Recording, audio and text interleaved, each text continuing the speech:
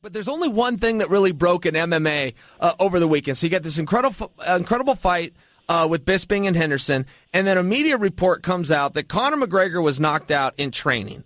And I tend to believe the report because usually where there's smoke, there's fire. I'm not report because I don't know, but I read this is all over the internet, and I have a couple of thoughts on it, and I would like to hear yours. But my biggest problem, Brian, is if that happened, we should never know who in his gym ratted him out for one and attempted to embarrass him. The second thing is, what kind of a training partner knocks somebody out? You know, back in the olden day, that used to be coveted, where you would go and brag if you got a takedown or a knockdown on a Randy Couture type guy.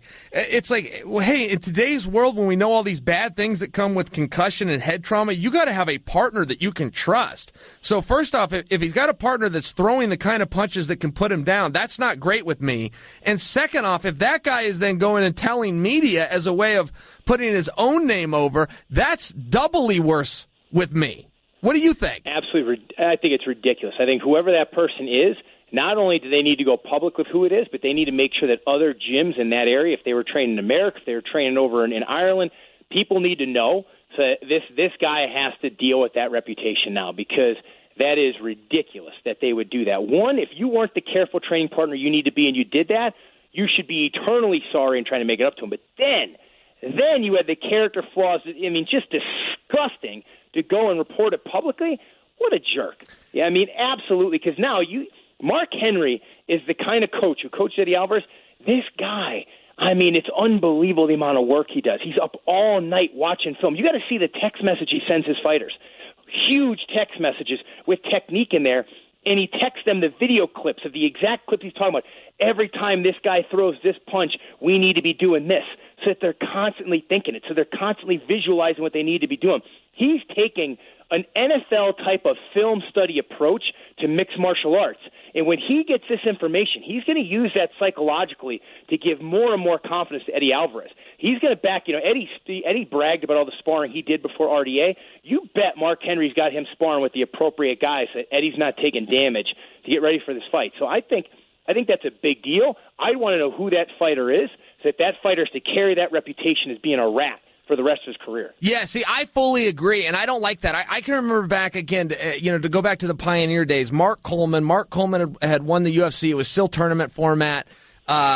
He had a super fight. He beat Dan Severn. Mark Coleman was universally known as the baddest dude in the world.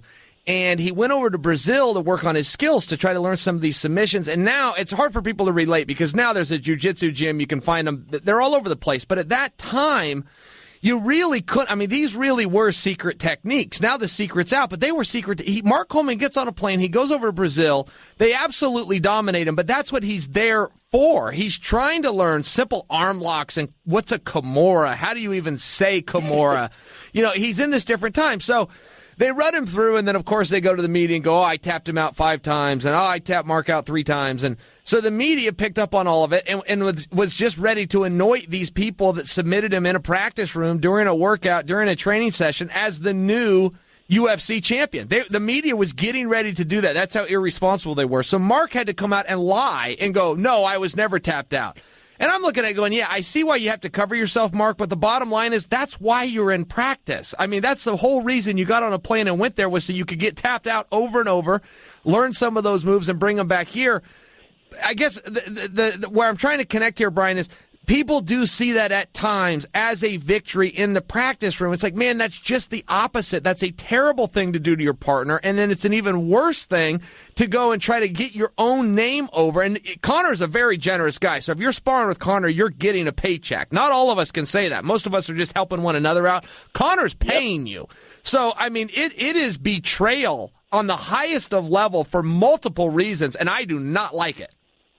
No, I can't stand it. Dan Henderson knocked plenty of people out in practice by accident. He's just so powerful, he can't help himself. I remember a guy shot a takedown on him. He sprawled and threw an uppercut, knocked the kid clear out, and broke his nose.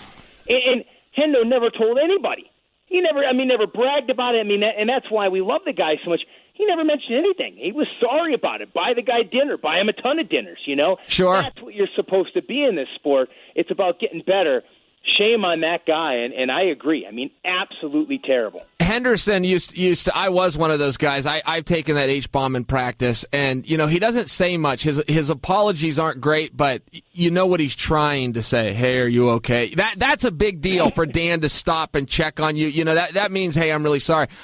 Excuse me, Brian. I remember the day Randy. Dan is notorious. He's missing all of his front teeth.